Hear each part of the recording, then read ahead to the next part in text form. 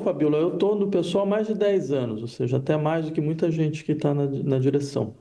Eu acho que essa questão ela só explicita um problema que é meio estrutural do pessoal, que não diz respeito só à adesão ou não ao governo, certo? Mas como é que a gente vai trabalhar a constituição de uma alternativa para a esquerda brasileira. Acho que esse é um problema que já vem de longa data. Agora, o que eu acho triste é que a gente poderia resolver isso de outra forma, entendeu? Quer dizer, reconhecendo que o pessoal tem tendências muito divergentes a esse respeito, seria muito natural, eu já coloquei isso várias vezes, né? Que numa situação como essa, você chamasse os filiados, chamasse a militância, fizesse um debate aberto, certo? Fizesse um debate transparente com todo mundo, onde as pessoas pudessem ouvir os argumentos, e a gente conseguisse sair com uma posição um pouco mais construída e consolidada. Porque, veja, houve uma eleição agora na qual o partido não saiu bem, é o mínimo que se possa dizer. A gente perdeu 5 prefeituras, ficamos com nenhuma prefeitura, diminuímos nosso número de vereadores de 92 para 80, ou seja, tem problemas, tem problemas. Certo? A gente está com um governo que é um governo que está com baixa popularidade. Ninguém aqui está querendo negligenciar a importância de vencer a extrema-direita, mas há estratégias e estratégias. Há pessoas que entendem que fazer simplesmente um apoio completo ao governo não vai adiantar em nada, muito pelo contrário, porque bem, o governo ele não está conseguindo responder a certos anseios que a população espera, né? O que se dizia muito antes era que o PT era um partido com muita briga interna, muita divergência, não conseguia. Se você fizesse uma reunião no PT, era. O PSOL está ficando parecido com o PT, com o velho PT? Olha, Thales, havia essa história de que o PT era um partido de frentes logo no seu início, né? E que o PSOL teria também essa natureza. Só que, na verdade, eu insistiria que o PSOL é um falso partido de frentes, porque quando você tem uma tendência que consegue controlar, digamos assim, a maioria do partido, ela tende a impor decisões de cúpula. Por isso que eu insisti, veja, eu já coloquei isso desde o início, assim, falava. Olha, por que que a gente não faz decisões como, bem, quem vai ser candidato, qual vai ser o programa, se vai ou não entrar como partido de apoio ao governo, em assembleias abertas, né? Para até para mostrar que, afinal de contas, a democracia que você quer na sociedade, você aplica também dentro da sua instituição, dentro do teu partido. O que não dá é para você defender democracia fora e no teu partido você ter esse tipo de posição difícil, certo? Onde você vê que os conflitos eles vão se degradando, onde você entre pessoas que são pessoas em todos os lados tem pessoas muito valorosas. Então, agora o fato é que é importante ter um aprendizado, o que significa você resolver problemas no interior de uma instituição democrática. Para Vladimir, as urnas parecem soprar, uma eleição após a outra, ventos que não ornam com radicalismos.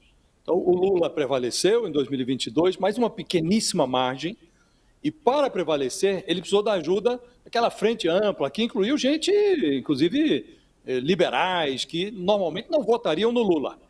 Agora, em 2024, na eleição municipal, de novo, um vento conservador, o próprio PSOL em São Paulo sofreu o que sofreu, foi ao segundo turno, mas perdeu a eleição. Então, parece haver um aroma conservador. As urnas estão soprando esse aroma. O PSOL, aparentemente, está na contramão desse aroma, né? E aí você diz, é preciso ter uma discussão, porque é preciso combater a ultradireita, mas com lógica, né? Você acha que o partido está na contramão e não consegue sair dela? Há uma falta de utopia? É preciso construir outra retórica, outra plataforma política? Então, José, essa é uma questão boa. Eu teria algumas divergências de leitura, né? Mas eu acho que você toca uma questão central, que assim, é importante clarificar para a sociedade o que o pessoal pode trazer como posição a mais no interior do debate político brasileiro. Porque, por exemplo, a gente conhece essa tendência de imaginar que a gente está num processo conservador, de ascensão conservadora. Eu teria uma leitura que é um pouco diferente, que é falar que, na verdade, o que está acontecendo é que as sociedades, não só brasileiras, isso é global, elas estão indo para os extremos, certo? As posições políticas estão indo para os extremos. Veja só, por exemplo, a gente acabou de ter uma eleição aqui na Alemanha, né? Há pouco tempo atrás, uma semana atrás. 20% da população votou num partido de extrema-direita com tendências fascistas. Mas se você olhar por outro lado, você vai perceber que 14% da população votou em dois partidos de esquerda que nunca nunca se comporam com nenhum outro grupo governamental. Ou seja, você tem um partido claramente de esquerda, que inclusive é o seu nome, e um outro que é uma dissidência. Isso dava 14%. Esse modelo ele tem se repetido em outras eleições. A eleição francesa foi um caso exemplar nesse sentido. A minha tendência seria dizer, quando a esquerda clarifica suas posições, ela consegue reverberar melhor o descontentamento social. E com isso ela integra parcelas descontentes com os acordos socioeconômicos que estão sendo vigentes hoje em dia. Esse era o papel do pessoal, era conseguir puxar esse pessoal para não deixar todo mundo ir para a extrema-direita. Só que a gente não está conseguindo fazer esse papel. Você falou da eleição municipal de São Paulo, muitos do interior do partido falam, não, mas o problema da eleição é que a gente foi abandonando algumas pautas clássicas do pessoal e não conseguiu fazer a confrontação. Ficamos com medo, né? Ficamos com medo de fazer a confrontação, chegamos ao ponto até de fazer live junto com o Pablo Marçal, criando uma disfunção cognitiva no eleitor de esquerda, que faz com que a gente perca o elemento fundamental da batalha. Os eleitores começam a não votar, mas sem entusiasmo. Então, se você vota sem entusiasmo, você não mobiliza mais pessoas, você não convence o seu vizinho, você não faz nada disso. Então, acho que tem uma questão importante a ser refletida aqui, e seria importante que o pessoal fosse o espaço de reflexão dessa discussão. Só que com essa briga de rua, ninguém vai conseguir fazer nada. Olha, para quem está conosco na TV, um intervalo, mas a gente segue essa conversa pelo YouTube. Liga aí o seu YouTube. Professor, eu sei que o senhor precisa desligar, que o senhor tem um compromisso agora, mas só uma última questão, que era até uma questão principal aqui. Guilherme Boulos no Ministério. Isso pode ser bom ou ruim para o Ministério, para o governo e para o PSOL? Como é que o senhor analisa essa possibilidade? Olha, o partido tinha uma posição muito clara de que não entraria no governo e que a Sônia Guajajara era uma exceção. Essa foi a tópica do partido.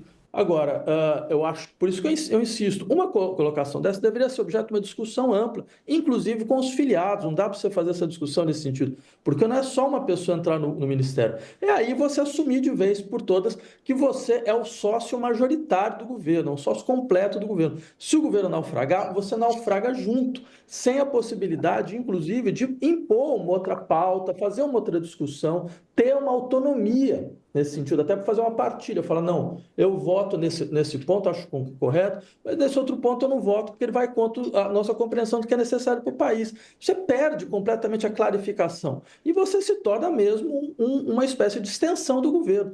Eu não vejo isso como uma coisa sequer sensata do ponto de vista partidário.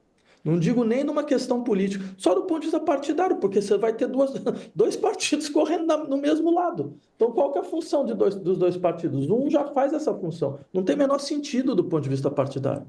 É isso que está no foco desse racha do partido, professor? Olha, eu acho que o que está no foco é o fato de que o partido, bons setores do partido entendem que a gente precisa criar uma oposição de esquerda fortalecida no Brasil. E essa oposição ela é importante, não só para a sociedade brasileira, mas inclusive para o governo. O governo precisa ser pressionado à sua esquerda, porque senão ele cai completamente para a direita. Isso é o que a gente está vendo, entendeu? Então, assim, ninguém está sendo negligente em relação ao risco do bolsonarismo. Muito pelo contrário, a gente é completamente, a gente compreende isso de maneira absoluta. Só que a gente está discutindo a estratégia para isso. Essa estratégia de fazer corpo fechado junto ao governo não está funcionando, porque o governo está caindo. Entendeu? Então não é isso que vai funcionar. Talvez o que seja importante era discutir nesse momento. Não, a gente pode começar a insistir na construção de um caminho alternativo para o país. E uma esquerda alternativa que consiga ter mais reverberação em relação a pontos que não estão sendo colocados dentro das políticas do governo. Certo? Eu acho que essa que é a questão. Tá aí, professor Vladimir Safatli, sempre com as suas provocações em relação ao comportamento da esquerda brasileira. Muita gente fica com dor no estômago, mas é extremamente importante ouvir a respeito disso. Eu agradeço demais sua participação ao vivo aqui conosco. Eu sei que o senhor tem compromisso. Eu que agradeço, Fabíola, Josias, Thales. Bom trabalho para vocês. Obrigado. Tá aí, a gente está se despedindo do professor Vladimir